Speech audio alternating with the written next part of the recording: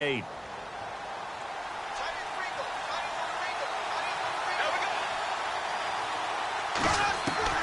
From the gun, it's Bortles. Incomplete, but a penalty flag is down in the backfield. Let's get the call. They were looking to throw, holding on the big right tackle. That's real simple, partner. Keep your hands inside in the chest area. You're probably okay. You get it out on the shoulders, get them wide. Usually going to pick up a holding call. Now this will be the 9th play on this drive. Bortles going to throw. He'll try and set up the screen. It's complete. And he'll get him inside the 15 down to the 14-yard line. Nice job defensively to hold him to 4, and now it's 2nd and goal. I know most of the time when the ball's in the air, you're thinking wide receiver, tight end, but running backs, they can be a big part of any passing offense nowadays.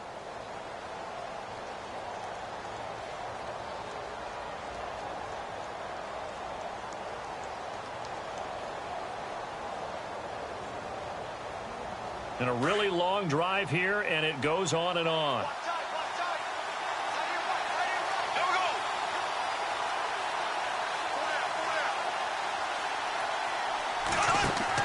Bortles to throw once more.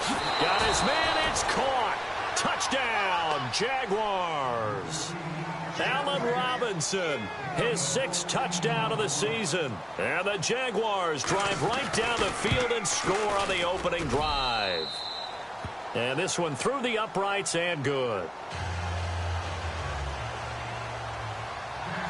Here's Myers now to kick it away. Returning it, John Ross. And nice work on the return as they'll start their drive just past the 30-yard line.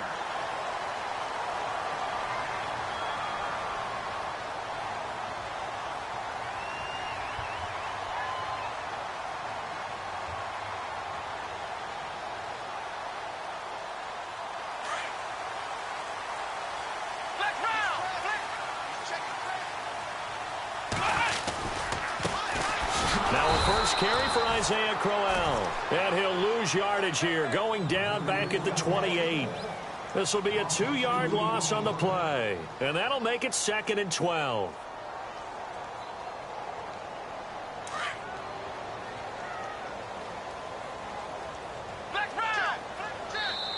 And before this 2nd down play, we'll get a whistle, a signal, and a timeout. So as they take it over, we step aside. And just 1 tick to go, so this will obviously be the final play of this first quarter. Let's go! Flex round! Flex round! Flex round! Flex round! Flex round! Ohio! 2nd down, Kaiser. Throw left side, caught by the tight end Njoku. Back with Charles Davis, I'm Brandon Gaudin. The Browns with a football to begin quarter number 2. They're facing a tough spot, 3rd and 8 here to start things out.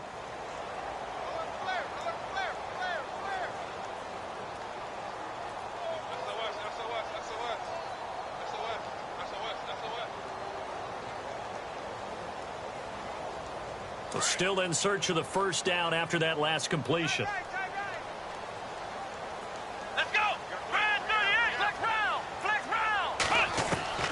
On 3rd down, Kaiser.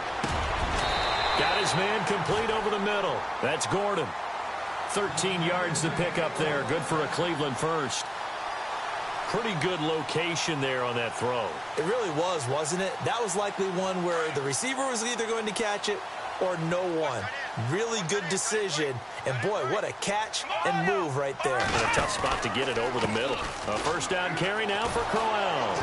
And he'll lose yardage on the play back at the 45-yard line. It's a loss of a yard there, and now 2nd down. That was a nice play by the defense, but the offense can't let that one play define them. Let it go, move on, and start over again.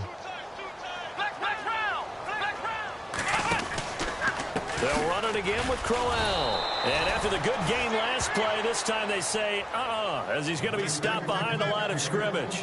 He'll wind up losing a yard on the play, and that's going to lead to a 3rd and 12.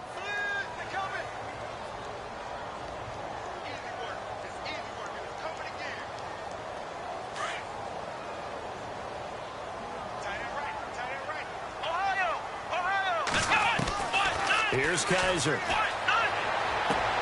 Got a man, it's Ross, complete.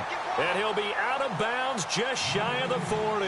The Browns passing game finding its stride. They've got another first down.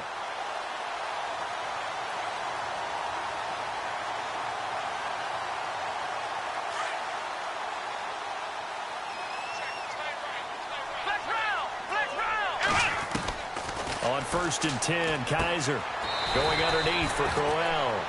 It'll be a pickup of only a yard, and it'll be a 2nd down. So many times you hear today's NFL described as a space game. Get your best players into space with the football in their hands. That's why sometimes you just swing it out to your runner, get him out in the flat, and let him have a chance to make people miss an open field. 14 yards, and it's a Cleveland first down.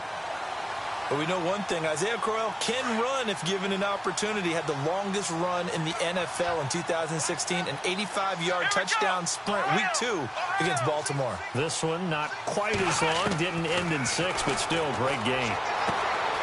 Throwing the out route incomplete. It's Gordon, and he'll go out of bounds down inside the 15-yard line. Another nice gain, 13 yards that time, and another first down.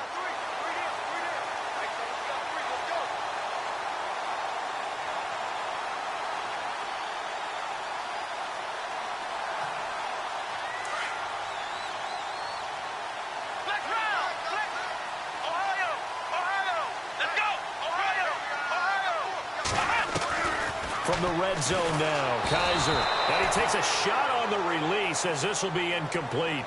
Pressure, and that's certainly going to be a key to this game going forward. And that time, they were able to get in there and influence the throw. And remember, quarterbacks got to get rid of it. They don't have the Tucker rule that they can fall back on anymore.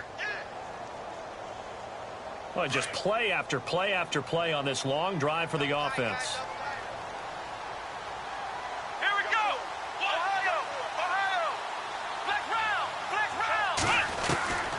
Throwing again is Kaiser on 2nd and 10. And it's caught. And he's brought down. The Browns passing game finding its stride. They've got another first down. And now the passing game here in the 2nd quarter starting to heat up a little bit. Don't you feel the rhythm starting to happen, right? You see it now. The confidence is starting to rise. I think now as a play caller, because that has happened, you lean on it a little bit more. You don't go totally away from running the football, but you do say, guess what? We can throw it. We can throw it well with a whole lot of confidence. And this time the yards won't come so easy as they'll, in fact, tackle him behind the line. Sometimes play calls boil down to philosophy. You know you're facing one of the top 10 units against the run in the NFL. So do you decide to keep smashing against them, or do you decide to throw the ball here? 2 minutes to play here in the first half. More from Cleveland after this. A long drive here. Play 12 coming up for the offense. Kaiser now on 2nd down. And he is into the end zone. Touchdown, Cleveland. It's the fullback. His 3rd touchdown now on the year. And the Browns are within an extra point of tying this thing up. It's good, and we're all tied at 7 apiece. So we're right back where we started, all even as the kick's away. This is taken at the 3. And he'll take this one near the 25, call it the 26-yard line. While we have a minute, we remind you that later tonight we'll have a couple of NFC East rivals squaring off, the Eagles and the Cowboys from Big D. Or Arlington. Got to make sure we get it right. To be more precise there in the Metroplex. Then tomorrow night, Week 11, we'll wrap up with a playoff rematch from the divisional round a year ago, the Falcons and Seahawks, but this time from Seattle.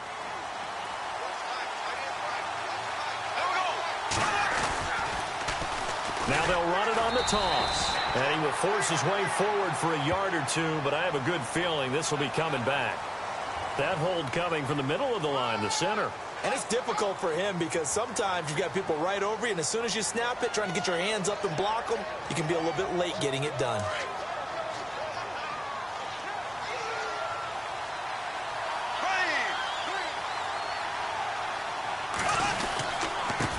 Now a handoff here to his running back.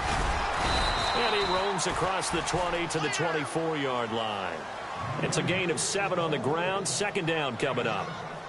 First play of the drive, let's give credit all around. Excellent blocking, but the guy carrying the ball, he was the finisher. A really nice run. Bortles to throw on second down. And the Browns pressure gets to him that time, and he's going to go down. And now the Browns are going to take another timeout. So that means they're down to 1 remaining here as we head toward halftime. Following the sack, 3rd and long for Bortles and the Jags. And they're going to go soft on the corners.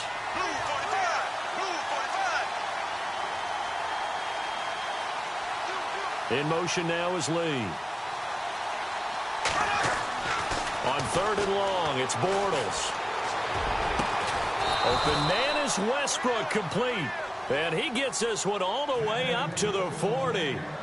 A gain of 26 on the 3rd down conversion.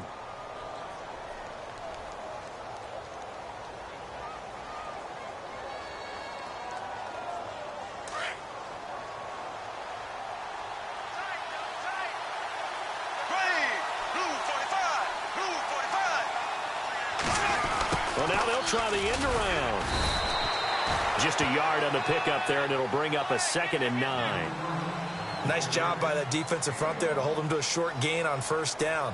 Well played, I must say. Yeah, only getting 1 yard. There was no room to run. Now a handoff as they run left side. Jacksonville 1st down on a pickup of 17. At this stage of the game, the run-pass numbers are a little bit out of whack because most of their yardage has come through the air. But in a sense, that just sets things up for big runs like that because the defense might be a little bit off balance. They pick up another 1st down with that run.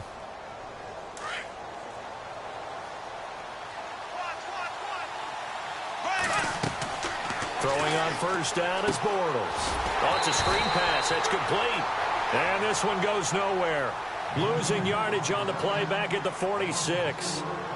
Got to give some credit there defensively. They snuffed out that screen early on 1st down. Really read it well, didn't they? Because they didn't bring the pressure that they expected. They covered all the passing lanes. So once you see it break down as the passer, I think in this situation, you're either throwing it at the feet of your back to make sure no one picks it off, or you throw it away, throw it over the sideline. Don't try and freelance and try and make a bigger play.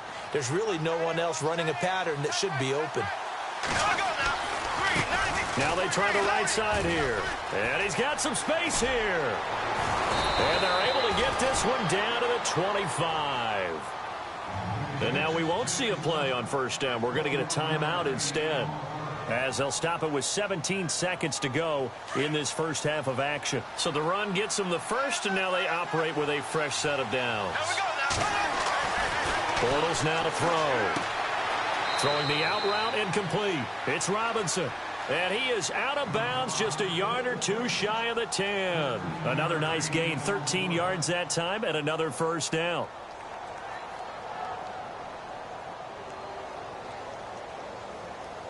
And the 8th play on this drive coming up.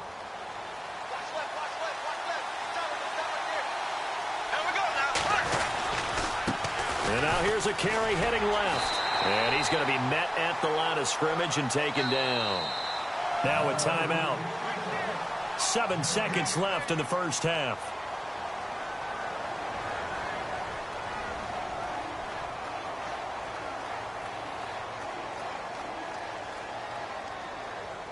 So on 2nd down, the field goal unit is on here as they try to get 3 before half. And now a timeout defensively after that 1st down play. So they're going to make this offense sweat out half number 1. And Myers able to knock it through. And they take the lead here now at 10-7. So they kick it through to take the lead. There is a little bit of time left, though, here in the second quarter. And while they're concerned about not giving up a big return or giving up points themselves going into the half, how good do they feel, though, putting points on the board themselves right near the end of the first half? Here comes the Browns offense back onto the field. And still a lot of football to be played in this season. We're only in November. A lot can happen between now and January. But if it ended today, they would just be on the outside of the playoff picture looking in. So a lot to fight for. Yeah, and wasn't it interesting in our meeting with the coaching staff that they all made sure to let us know. We know where we are right now, but the playoffs don't start tomorrow. We still got... And actually, Larry, hold that thought. We're right back to the action. Both teams appear ready for the fight ahead, and we resume action here in quarter number 3. And they will not get a chance to return this one as it's through the end zone for a touchback. Here's the Browns offense now getting set to start off this third quarter. They're close game, but they're going to need to do a little bit better probably here in half 2, no? I would agree with that totally. I would guess it in the locker room. They talked about cleaning up some of the errors, but overall I think they wanted to be positive with them. Guys, we're right there, just not playing as well as we need to. Let's pick it up, and we still have a chance to win this game. Yeah, they do. We'll see if they can pick it up. And now the Jags defense deciding to call a timeout. It's just their first, so 2 remaining as they burn one here in this third quarter.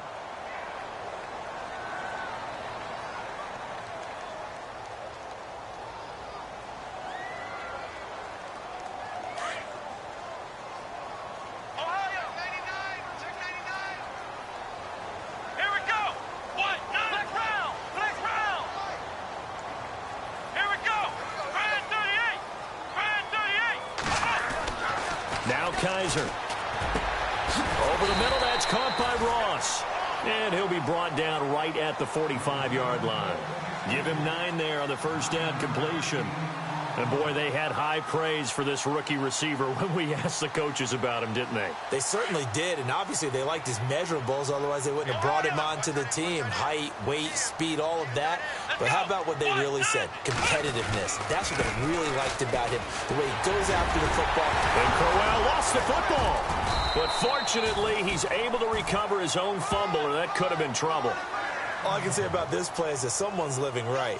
I mean, he's trying to gain yardage, trying to get upfield. Ball comes free.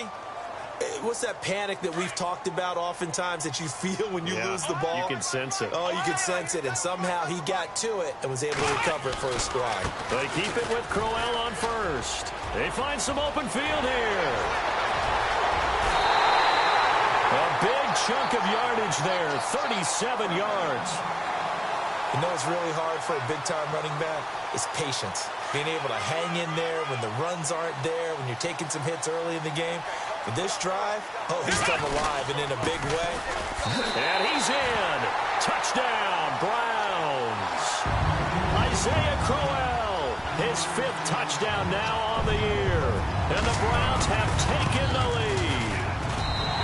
And he was excellent on that drive. He deserved to be the one to get across the chalk. Oh, I agree with you totally. A workhorse on the drive, and how about that last decisive run to punch it in? This will be taken in at the 1. And it's a pretty good return here as he'll get it up to the 29-yard line. Here comes the Jags offense now. Time for their first possession of half number 2. They're down in this game. A chance for the offense, though, to put something on the board, get some momentum here in half 2.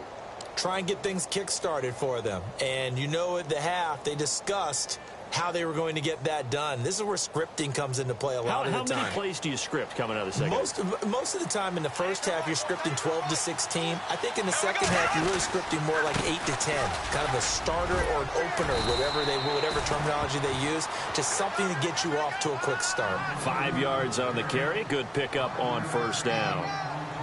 Frustrating for a defense, energizing for an offense. Finding a way to create that type of yardage in your running game, that'll make the guys carrying the ball very, very happy. Here we go now. Throwing is Bortles. Now they set up the screen. That's complete. So the screen good for only 2. Now it's 3rd down.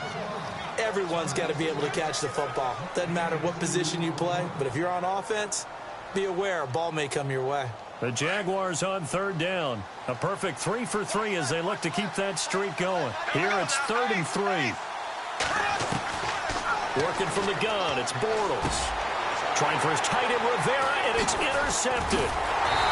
Picked off at the 45. And he'll take it across midfield and down to the 48-yard line. Greg Bortles simply cannot keep putting his team, putting his defense in these types of predicaments. He's got to take care of the football. And last season, a lot of the turnovers, just like this one, in Jags territory, 11 of the 16 really put them in a tough spot in plus territory for the opposition. 13 yards to pick up there. Good for a Cleveland first. Now, this is an example of breaking down a defense because on a lot of these runs, he's getting past the point of attack, and guess what he's doing? Forcing the secondary guys to have to make a lot of tackles.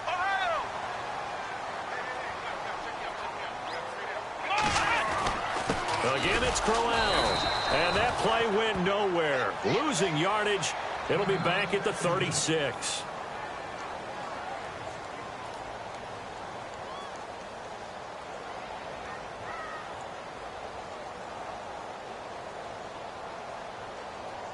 A little bit of ground to make up for the offense as they face a 2nd and 11.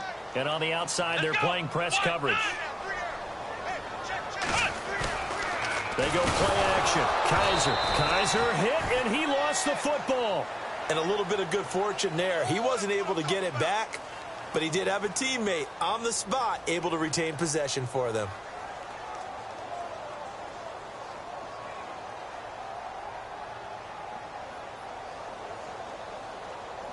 And defensively, a dime look here. 6 DBs on 3rd and 12. No surprise at all. Here we go. Flex round. Flex round. Flex round. Flex round. Ohio. Play fake. Kaiser. Over the middle, complete. That's Gordon. And down he goes, taking it inside the 10 to the 7. They're able to convert on 3rd down, and that sets up a 1st and goal.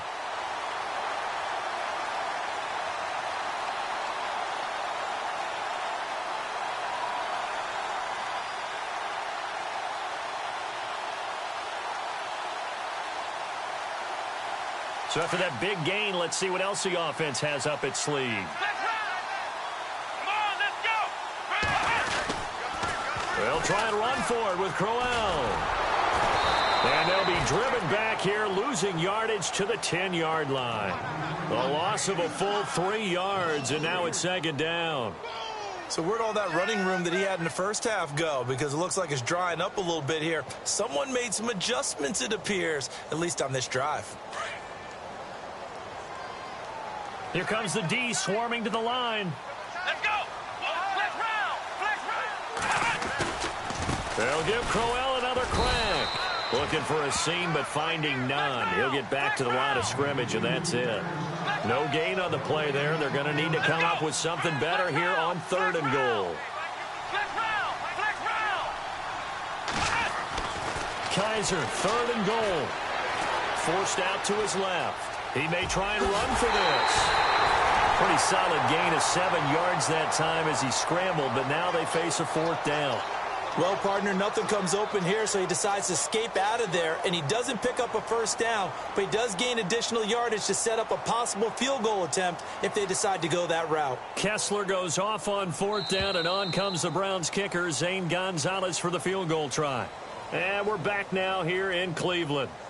It's the Browns football, and they've got the lead here as we start quarter number 4.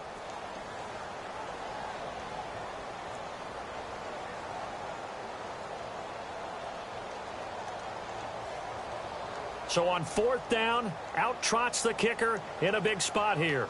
From the left hash, should be a fairly easy one here. And Gonzalez puts this one through. And that moves him up by a touchdown now at 17-10. So, Charles, I think from a defensive perspective, you have to look at that field goal there and consider it a win. You were able to keep him within a touchdown, so no question about it. That was the kind of stand that keeps you in ball games. And out now comes Jacksonville as they get ready to go.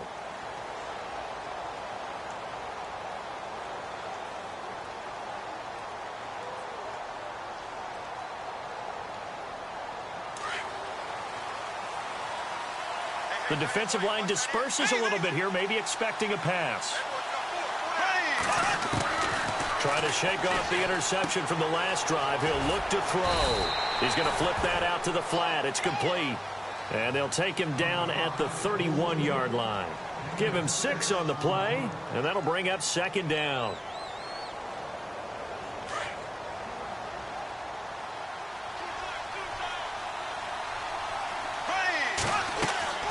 Now Bortles.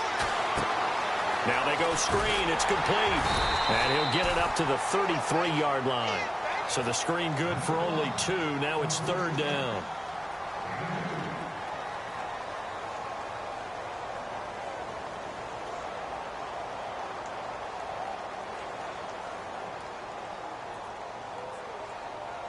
The Jaguars on third down. They've been good, 3 for 4 thus far. This time they face a 3rd and 2.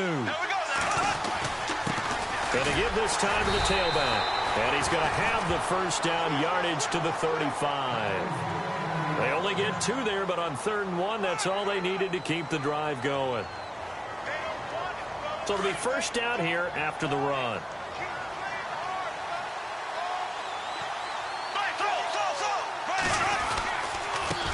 Now a handoff as they run left side. And unable to get downhill there as he'll take this up to about the 37. Give him a couple on the carry there. 2nd and 8. This is what happens sometimes when you abandon the running game. It's hard to get back to it because once guys get out of that mentality of firing out and hitting people, hard to get them started again occasionally. And he'll give it here to his running back. And that play went nowhere. Losing yardage. It'll be back at the 36. And they'll lose a yard that time, and that's going to lead to a 3rd down.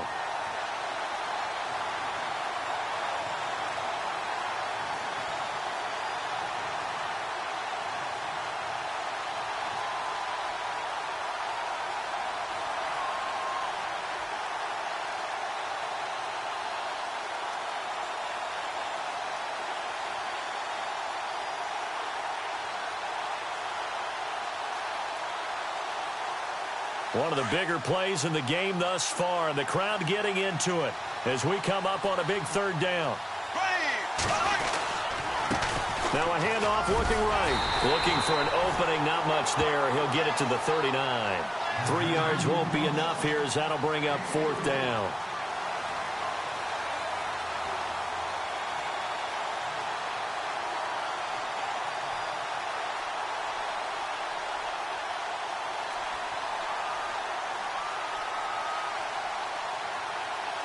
One score down. Here we go. They're going to go for it here on 4th down.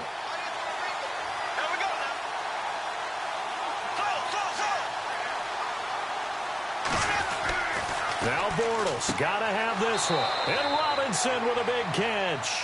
And he's able to get this one out closer to midfield across the 45. 9 yards on the pickup. And it's good enough for a Jacksonville first. So this offense really needs to make something happen here late in the 4th with the football. And now here's a carry heading left. 7 yards on the pickup there, and it'll leave him with a 2nd and 3. And when you get good yardage like that on 1st down, it really does a whole lot of good for your entire offense. But I love the way he's finishing those runs. At the end of things, he's making sure he gets just a little bit extra. They don't need to run another play here before the 2-minute warning. Let's see if they do it anyway.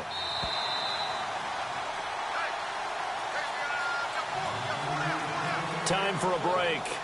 We're back to see what happens after this.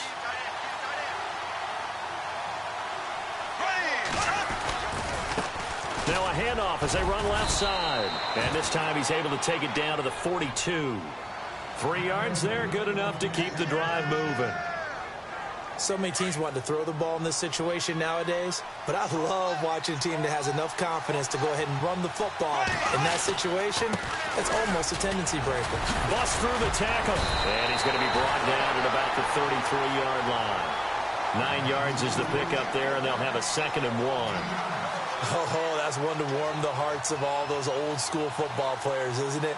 Tough, hard, gritty run, got behind his pads, bowled over a few people. Look at that one, right up the gut. So up through 3 quarters, no reason to lighten up now.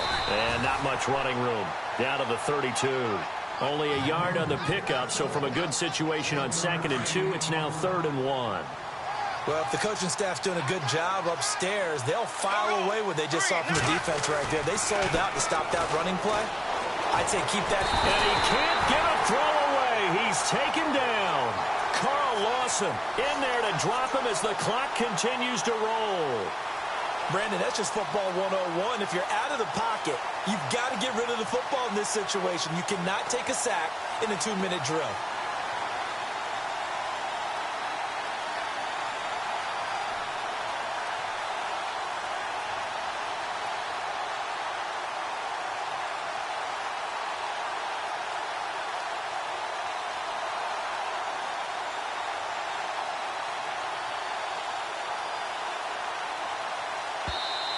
And with the play clock reading 4, we're going to get a timeout, as the clock will stop with 33 seconds remaining.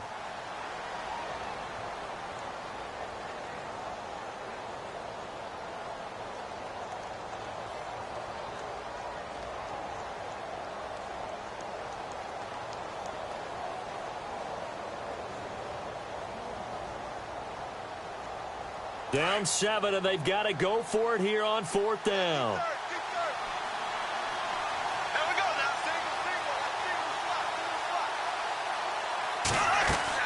Got to try it here. He's back to throw. And with a flag down, he goes down.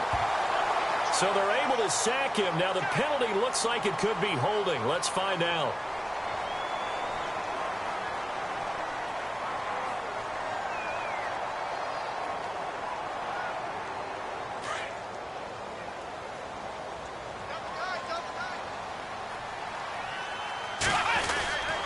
A handoff running left. Corral. And he'll be brought down, losing yardage back at the 40.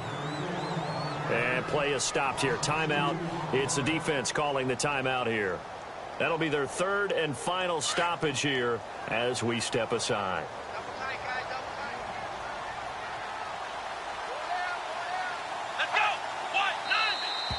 Now flags will come in. I think this one's going to be on the defense for jumping.